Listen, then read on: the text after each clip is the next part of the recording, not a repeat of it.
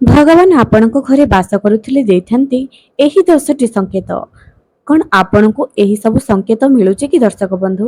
ନମସ୍କାର ଦର୍ଶକ ବନ୍ଧୁ, ଆପଣ ସମସ୍ତଙ୍କୁ ମୋ ଚ୍ୟାନେଲକୁ ପୁଣି ଥରେ ସ୍ୱାଗତ କରୁଛି। ଦର୍ଶକ ବନ୍ଧୁ, ଯେତେବେଳେ ଈଶ୍ୱର ଆମ ଘରେ ବାସ କରିଥାନ୍ତି ଆମକୁ କିଛି ସଂକେତ ଦେଇଥାନ୍ତି, ଯାହା ଆମେ ଦେଖିକରି ବି ଅଣଦେଖା କରିଥାଉ। ପୁଣି ଆମ ମନରେ ପ୍ରଶ୍ନ ଆସୁଥାଏ ଯେ ଆମେ ଏତେ ପୂଜା ପାଠ କରୁଛେ, କଣ ଈଶ୍ୱର ଆମ ଘରେ ବାସ କରିଛନ୍ତି? କଣ ଈଶ୍ୱରଙ୍କର କୃପା ଆମ ଉପରେ ଅଛି? କଣ ଆମେ ଈଶ୍ୱରଙ୍କର ପ୍ରିୟ ଭକ୍ତ କି? ଦର୍ଶକ ବନ୍ଧୁ, ପ୍ରତ୍ୟେକ ବ୍ୟକ୍ତିଙ୍କ ମନରେ ଏହି ପ୍ରଶ୍ନ ଆସୁଥାଏ, ଖାସ କରି ଯେଉଁମାନେ ଈଶ୍ୱରଙ୍କୁ ବିଶ୍ୱାସ କରିଥାନ୍ତି। ଏବେ ଦର୍ଶକ ବନ୍ଧୁ, ଯଦି ଆପଣଙ୍କ ଘରେ ଈଶ୍ୱର ବାସ କରନ୍ତି ତେବେ ଆପଣଙ୍କୁ କିଛି ସଂକେତ ଦେଇଥାନ୍ତି। ସେହି ସଂକେତ କଣ ଜାଣିବା ପୂର୍ବରୁ ମା ଲକ୍ଷ୍ମୀଙ୍କର ଭକ୍ତଗଣ ଚ୍ୟାନେଲକୁ ସବସ୍କ୍ରାଇବ କରି ପାଖରେ ଥିବା ବେଲ ଆଇକନକୁ ପ୍ରେସ୍ କରନ୍ତୁ ଏବଂ କମେଣ୍ଟ ସେକ୍ସନରେ ଜୟ ମା ଲକ୍ଷ୍ମୀ ନିହାତି ଲେଖନ୍ତୁ। ତେବେ ଚାଲନ୍ତୁ ଆପଣଙ୍କୁ ମୁଁ ଆଜି ଜଣାଇଦେବି ଯେ ଯେତେବେଳେ ଈଶ୍ୱର ଆପଣଙ୍କ ଘରେ ବାସ କରିଥାନ୍ତି କେଉଁ ସବୁ ସଂକେତ ଆପଣଙ୍କୁ ଦେଇଥାନ୍ତି।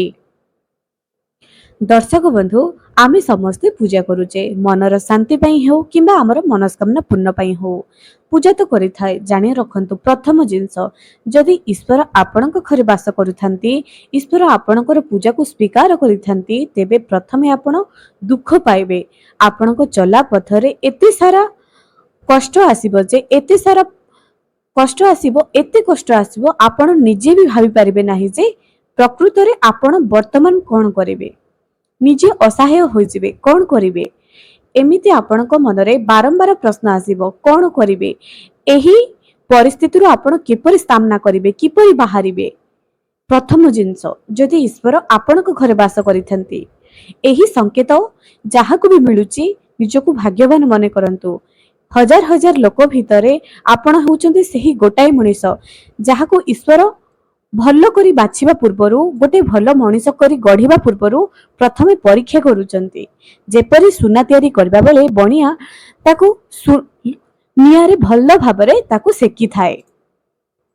କୁହାଯାଏ ସୁନାକୁ ଯେତେ ଆପଣ ମାଜିବେ, ଯେତେ ନିଆଁରେ ତାକୁ ସେକ ଦେବେ ତାହା ଆହୁରି ଚମକିଥାଏ। ସେହିପରି ଯେଉଁ ମଣିଷକୁ ଭଗବାନ କଷ୍ଟ ଦେଇଥାନ୍ତି, ଯେତିକି ସେ ସହିପାରିବ ସେତିକି ହିଁ କଷ୍ଟ ଦେଇଥାନ୍ତି ଏବଂ ତାପରେ ଯେଉଁ ନୂଆ ସକାଳ ଆସେ, ସେହି ସକାଳ କେବଳ ସେହି ବ୍ୟକ୍ତି ହିଁ ଦେଖିପାରେ ଯେ ତା ଜୀବନରେ କେଉଁ ନୂଆ ସକାଳ ଆସୁଛି। ଈଶ୍ୱର ତାର ହାତ ଧରି ସେହି ଅନ୍ଧକାରରୁ ଆଲୁଅ ଆଡକୁ ନେଇଯାଇଥାନ୍ତି। ତ ପ୍ରଥମ ସଂକେତ, ଯେତେବେଳେ ଆପଣଙ୍କୁ ଅଧିକରୁ ଅଧିକ କଷ୍ଟ ଆସେ, ନିଜେ ବି ଭାବି ପାରନ୍ତିନି ଯେ କଣ କରିବେ ବର୍ତ୍ତମାନ, ଏହି ପରିସ୍ଥିତି ଯେତେବେଳେ ଆସିଯାଏ, ଜାଣି ରଖନ୍ତୁ ଈଶ୍ୱର ଆପଣଙ୍କ ଘରେ ବାସ କରନ୍ତି।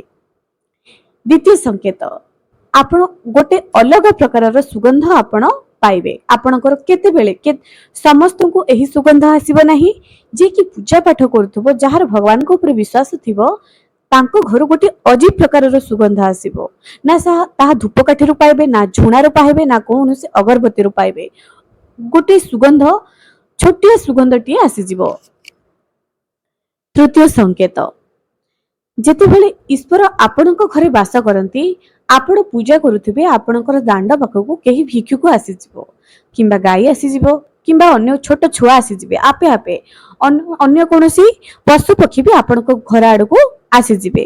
ପୂଜା କରିବା ସମୟରେ ଯଦି ଏହି ସଂକେତ ପାଉଛନ୍ତି, ତେବେ ଜାଣି ରଖନ୍ତୁ ଈଶ୍ୱର ଆପଣଙ୍କ ଉପରେ ପ୍ରସନ୍ନ ଅଛନ୍ତି, ଆପଣଙ୍କ ଘରେ ବାସ କରୁଛନ୍ତି। ଚତୁର୍ଥ ସଂକେତ, ଯଦି ଆପଣଙ୍କର ଘରର ଆଖପାଖରେ କୌଣସି ପକ୍ଷୀ ବସା ବାନ୍ଧୁଛି, କୌଣସି ଏକ ପକ୍ଷୀ ହଠାତ୍ ଆସିକରି କିଛି ଖାଉଛି ଏବଂ କିଛି ଥୋଇ ଦେଇ ଚାଲି ଯାଉଛି, ଏହା ବି ଏକ ସୁନ୍ଦର ସଂକେତ ଅଟେ ଯେତେବେଳେ ଈଶ୍ୱର ଆପଣଙ୍କ ଘରେ ବାସ କରନ୍ତି। ପଞ୍ଚମ ସଂକେତ ଏହା ଅଟେ ଯେ ଆପଣଙ୍କର ପ୍ରିୟଜନ ଆପଣଙ୍କୁ ଛାଡିବା, ଆପଣଙ୍କ ଠାରୁ ଦୂରେଇ ଯିବେ। ଯେଉଁ ଯେଉଁ ପ୍ରିୟଜନ କାଲି ଆପଣଙ୍କ ଠାରୁ ଆପଣଙ୍କ ସହିତ ଥିଲେ, ଆପଣଙ୍କ କାଲି ସାଙ୍ଗ ବୋଲି ଭାବୁଥିଲେ, ସେମାନେ ଦୂରେଇ ଯିବେ। କାରଣ ଈଶ୍ୱର ଯେତେବେଳେ ଆପଣଙ୍କ ଘରେ ବାସ କରନ୍ତି, ଆପଣଙ୍କ ଉପରେ ପ୍ରସନ୍ନ ହୁଅନ୍ତି, ଯେଉଁମାନେ ଆପଣଙ୍କ ପାଇଁ ଠିକ ନୁହଁ, ପ୍ରଥମେ ସେମାନଙ୍କୁ ଆପଣଙ୍କ ରାସ୍ତାରୁ ବାହାର କରିଦିଅନ୍ତି। ଆପଣ ଜାଣିପାରି ନଥାନ୍ତି ଯେ ଏହି ଲୋକମାନେ ମୋ ପାଇଁ ଠିକ ନୁହଁ ବୋଲି। କିନ୍ତୁ ଅଯଥାରେ ଆପଣ ଦୋଷ ଦିଅନ୍ତି ଈଶ୍ୱରକୁ ଯେ ମୋ ସହିତ କଣ ହେଇଗଲା, ଆଜି ମୋର ନିଜର ଲୋକମାନେ ମୋଠୁ ଦୂରେଇ ଗଲେ, ମୋ ସହିତ କାହିଁକି ଏମିତି ଖରାପ ହେଉଛି। ପ୍ରକୃତରେ ଏହା ଏପରି ଏକ ସଂକେତ, ଈଶ୍ୱର ଆପଣଙ୍କୁ ସତ ମିଛର ଫରକ ଦେଖାଉଛନ୍ତି। ଏହି ଦୁନିଆର ମୋହମାୟାର ଆପଣଙ୍କୁ ବଞ୍ଚାଇକି ରଖୁଛନ୍ତି। ଯେଉଁମାନେ ଆପଣଙ୍କ ପାଇଁ ଠିକ ନୁହଁ ତାହା ସେହି ଲୋକମାନଙ୍କୁ ପ୍ରଥମେ ଆପଣଙ୍କ ଠାରୁ ଦୂରେଇ ଦେବେ। ପ୍ରିୟ ପରିଜନଙ୍କ ସହିତ ଆପଣଙ୍କର ମନ ମୁତାବକ କଳି ଝଗଡ଼ା ବାରମ୍ବାର ଲାଗି ରହିବ। ଷଷ୍ଠ ସଂକେତ, ଆପଣ ଯେଉଁ କାର୍ଯ୍ୟରେ ବି ହାତ ଦେବେ ସେହି କାର୍ଯ୍ୟରେ ଅସଫଳ ହିଁ ପାଇବେ। ଯାହା ବି କରନ୍ତୁ ନା କାହିଁକି କେବଳ ଅସଫଳତା ହିଁ ପାଇବେ। ଲଗାତାର ଏହା ଚାଲି ରହିବ, ଲଗାତାର ଚାଲି ରହିବ। ଚାହିଁଲେ ବି ଆପଣ ସଫଳ ପାଇପାରିବେ ନାହିଁ। ତେବେ ଏହା ବି ଏକ ସଂକେତ ହିଁ ଅଟେ। ସପ୍ତମ ସଂକେତ ଏହା ଅଟେ ଯେ ଯଦି ଈଶ୍ୱର ଆପଣଙ୍କ ଘରେ ବାସ କରନ୍ତି ବ୍ରହ୍ମ ମୁହୂର୍ତ୍ତରୁ ଆପଣଙ୍କର ନିଦ ଭାଙ୍ଗିବା ଆରମ୍ଭ ହୋଇଯିବ। କଣ୍ଟିନ୍ୟୁ ନିଦ ଭାଙ୍ଗିବ। ଆପଣଙ୍କୁ ଭଲ ଭାବରେ ନିଦ ବି ଆସିବ ନାହିଁ ରାତ୍ରି ସମୟରେ। ଏହା କୌଣସି ଡିପ୍ରେସନ ନୁହଁ କି କୌଣସି ମାନସିକ ଦୁଶ୍ଚିନ୍ତା ନୁହଁ। ଯେତେବେଳେ ଈଶ୍ୱର ଆପଣଙ୍କ ଉପରେ ପ୍ରସନ୍ନ ହୋଇଥାନ୍ତି ଆପଣଙ୍କର ନିଦକୁ କମ କରିଦେଇଥାନ୍ତି, ଆପଣଙ୍କର ଭୋକକୁ କମ କରିଦେଇଥାନ୍ତି। ଅଳ୍ପ ଖାଇଲେ ପେଟ ପୁରି ଯାଇଥାଏ, ଅଳ୍ପ ଶୋଇଲେ ମନ ଭରି ଯାଇଥାଏ। କିଛି ଲୋକ ଦେଖିଥିବେ ରାତ୍ରିରେ ନିଦ ନହେଲେ ଚିଡ଼ଚିଡ଼ା ସ୍ୱଭାବର ହୋଇଥାନ୍ତି, କିନ୍ତୁ କିଛି ଲୋକ ରାତ୍ରିରେ ନିଦ କମ ହେଲେ ବି ଖୁସିରେ ରୁହନ୍ତି ଦିନ ସାରା। ଏହା ଏକ ବାସ୍ତବିକତା ଅଟେ ଯେ ଈଶ୍ୱରଙ୍କର ଆପଣଙ୍କ ଉପରେ ବାସ ହୋଇଛନ୍ତି। ତାପରେ ସଂକେତ ଏହା ଅଟେ ଯେ ଆପଣଙ୍କ ଘରେ ଅଭାବ ଦାରିଦ୍ରତା ଲାଗି ରହିବ। ଆପଣ ଭାବୁଛନ୍ତି ନା ଏହା କେଉଁ ପ୍ରକାରର ସଂକେତ ଯେ ଘରେ ଅଭାବ ଲାଗି ରହିବ ଆଉ ଏହା ହଉଛି ଈଶ୍ୱର ଆପଣଙ୍କ ଘରେ ବାସ କରୁଥିଲେ? ଆଜ୍ଞା ହଁ ଦର୍ଶକ ବନ୍ଧୁ, ଆପଣଙ୍କର ନିଜ ପାଇଁ ଖାଇବା ପାଇଁ ନିଜ ଛୁଆଙ୍କୁ ଦବା ପାଇଁ ବି ଆପଣଙ୍କ ପାଖରେ ସାମର୍ଥ୍ୟ ନଥିବ। ଗୋଟିଏ ଉଳା ଖାଇବା ପାଇଁ ବି ଯେଉଁ ଦିନ ଆପଣଙ୍କୁ କଷ୍ଟ ଲାଗିବ, ନଥିବ ସାମର୍ଥ୍ୟ ଆପଣଙ୍କ ପାଖରେ, ଜାଣିନେବେ ଯେ ଈଶ୍ୱର ଆପଣଙ୍କୁ ପରୀକ୍ଷା କରୁଛନ୍ତି, ଆପଣଙ୍କୁ କଷ୍ଟ ଦେଇ ଆହୁରି ମଜବୁତ କରୁଛନ୍ତି। ଈଶ୍ୱର ଆପଣଙ୍କ ଘରେ ବାସ କରିଛନ୍ତି, ଆପଣଙ୍କ ଉପରେ ପରମ ଦୟା କରିଛନ୍ତି। କାରଣ ଏହି କଷ୍ଟ ଯେତେବେଳେ ଶେଷ ହୋଇଯିବ ତାପରେ ଗୋଟିଏ ନୂଆ ସକାଳ ଆପଣ ମାନେ ଦେଖିବେ। ତେଣୁ ଏହି ସବୁ ସଂକେତକୁ ଜମା ବି ବ୍ୟତିବ୍ୟସ୍ତ ହୁଅନ୍ତୁ ନାହିଁ, ଖୁସି ଖୁସିରେ ଏହାକୁ ଗ୍ରହଣ କରନ୍ତୁ। ତାପରେ ସଂକେତଟି ଏଇଆ ଅଟେ ଯେ ଆପଣଙ୍କର ଘରେ ଅଚାନକ ଛୋଟ ଛୁଆ ମାନେ ବା ଅନ୍ୟ ସାହି ପଡ଼ିଶାର ଛୁଆ ମାନେ ଅଚାନକ ଆସିବେ ଆପଣଙ୍କ ଘରେ ଖେଳିବେ। ଆପଣ ନ ଡାକିଲେ ବି ସେମାନେ ଆପଣଙ୍କ ଘରକୁ ଆସି ଖେଳିବେ। ଏହା ବହୁତ ବଡ଼ ସଂକେତ ଅଟେ। କାରଣ ଛୋଟ ଛୁଆ ଈଶ୍ୱରଙ୍କର ଅବତାର ବୋଲି କୁହାଯାଏ, ଈଶ୍ୱରଙ୍କ ସହିତ ସମାନ ବୋଲି କୁହାଯାଏ। ଛୋଟ ଛୁଆଙ୍କ ଦେହରେ ପ୍ରଭୁଙ୍କର ବାସ ଅଛି ବୋଲି କୁହାଯାଏ। ଯେଉଁ ଆପଣଙ୍କ ସହିତ ଯଦି ଏପରି ହେଉଛି, ଛୋଟ ଛୁଆ ମାନେ ଆପଣଙ୍କ ଘରକୁ ଆସି ଖୁସି ଖୁସିରେ ଖେଳୁଛନ୍ତି, କେବେ ବି ସେମାନଙ୍କର ଅନାଦର କରନ୍ତୁ ନାହିଁ। ଏହା ଜମା ବି ଭଲ ନୁହଁ। ଆଜି ଯଦି ଆପଣ ଗୋଟିଏ ଛୁଆକୁ ଅପମାନ କରିଛନ୍ତି କିମ୍ବା ଆପଣ ଯଦି ତାକୁ ଅନାଦର କରିଛନ୍ତି ନିଜ ଛୁଆ ଏବଂ ପଡ଼ିଶା ଘର ଛୁଆ ଭିତରେ, ଏହା ଆପଣଙ୍କର ଭବିଷ୍ୟତ ପାଇଁ କେବେ ବି ଭଲ ରହିବ ନାହିଁ। ସମସ୍ତଙ୍କୁ ବରାବର ଦେଖନ୍ତୁ। ଏହା ବି ଏକ ସଂକେତ ଅଟେ ଯେତେବେଳେ ଈଶ୍ୱର ଆପଣଙ୍କ ଘରେ ବାସ କରନ୍ତି।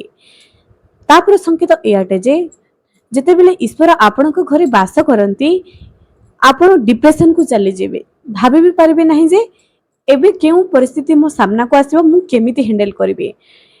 ଚାରିଆଡୁ ସବୁବେଳେ ନା ନା ହିଁ ଆସିବ, ଅସଫଳ, ଚାରିଆଡୁ କେବଳ ଅସଫଳ ହିଁ ଆସିବ। ତେବେ ଜାଣି ରଖିବେ ଯେ ଆପଣଙ୍କର ପରୀକ୍ଷା ଶେଷ ହେବା ପାଇଁ ଆସିଛି, ଅର୍ଥାତ୍ ଈଶ୍ୱର ଆପଣଙ୍କ ଘରେ ବାସ କରିଛନ୍ତି ଏବଂ ଆପଣଙ୍କୁ ଏବେ ଆଶ୍ୱସ୍ତି ମିଳିବ, ଏକ ନୂଆ ସକାଳ ଆସିବ। ଯେତେବେଳେ ଆପଣ ବାରମ୍ବାର ଅସଫଳ ହେଉଥିବେ କାର୍ଯ୍ୟରେ, ଜମା ବି ନିରାଶ ହେବେ ନାହିଁ, କରିଚାଲିବେ, କର୍ମ କରିଚାଲନ୍ତୁ। ଆଜି ନହେଲେ ଆଉ କାଲିକି ବି ଆପଣ ସଫଳତା ପାଇଯିବେ। ଆଜି ଯଦି ଏହି କାମରେ ଆପଣ ସଫଳତା ପାଇପାରୁନାହାନ୍ତି, ଈଶ୍ୱର ଆପଣଙ୍କ ପାଇଁ ଆଉ ଗୋଟେ ବାଟ ଖୋଲିଦେବେ। କାରଣ ସବୁ ମଣିଷ ସମାନ ନଥାନ୍ତି, ସବୁ ମଣିଷର କର୍ମ ସମାନ ନଥାଏ, ବୁଦ୍ଧି ସମାନ ନଥାଏ, ବିଦ୍ୟା ସମାନ ନଥାଏ। ଜଣେ ଗୋଟିଏ କ୍ଷେତ୍ରରେ ଯଦି ହାରି ଯାଉଛି ତା ପାଇଁ ଈଶ୍ୱର ଆଉ ଗୋଟିଏ ରାସ୍ତା ଖୋଲି ଦେଇଛନ୍ତି। ତେଣୁ ଯଦି ଗୋଟାଏ ରାସ୍ତା ବନ୍ଦ ହେଇଯାଉଛି ଆଉ ଗୋଟାକୁ ଚୟନ କରନ୍ତୁ, ହାର ମାନନ୍ତୁ ନାହିଁ। କର୍ମମୟ ଜୀବନରେ କର୍ମ ହିଁ ସବୁଠାରୁ ଶ୍ରେଷ୍ଠ ବୋଲି କୁହାଯାଏ।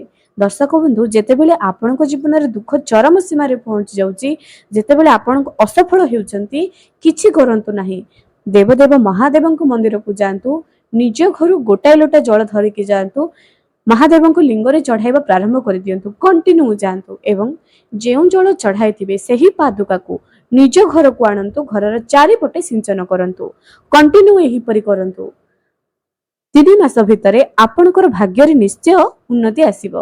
ଦେବଦେବ ମହାଦେବ ଏମିତି ଏକ ଦେବତା, ଆପଣଙ୍କର ଭାଗ୍ୟରେ ଯାହା ନଥିବ ତାହା ମହାଦେବ ନିଶ୍ଚୟ ଦେଇଦିଅନ୍ତି। ଯାହା ଆପଣଙ୍କୁ କର୍ମ କଲା ପରେ ବି ଆପଣ ପାଇପାରୁନାହାନ୍ତି, ତାହା ଦେବଦେବ ମହାଦେବଙ୍କର ଆଶୀର୍ବାଦରେ ଆପଣ ନିଶ୍ଚୟ ପାଇପାରିବେ। ଆଜି ପାଇଁ ରହିଲି, ପୁଣି ଦେଖାଇବ ଆଗାମୀ ଏକ ସୁନ୍ଦର ଭିଡିଓରେ।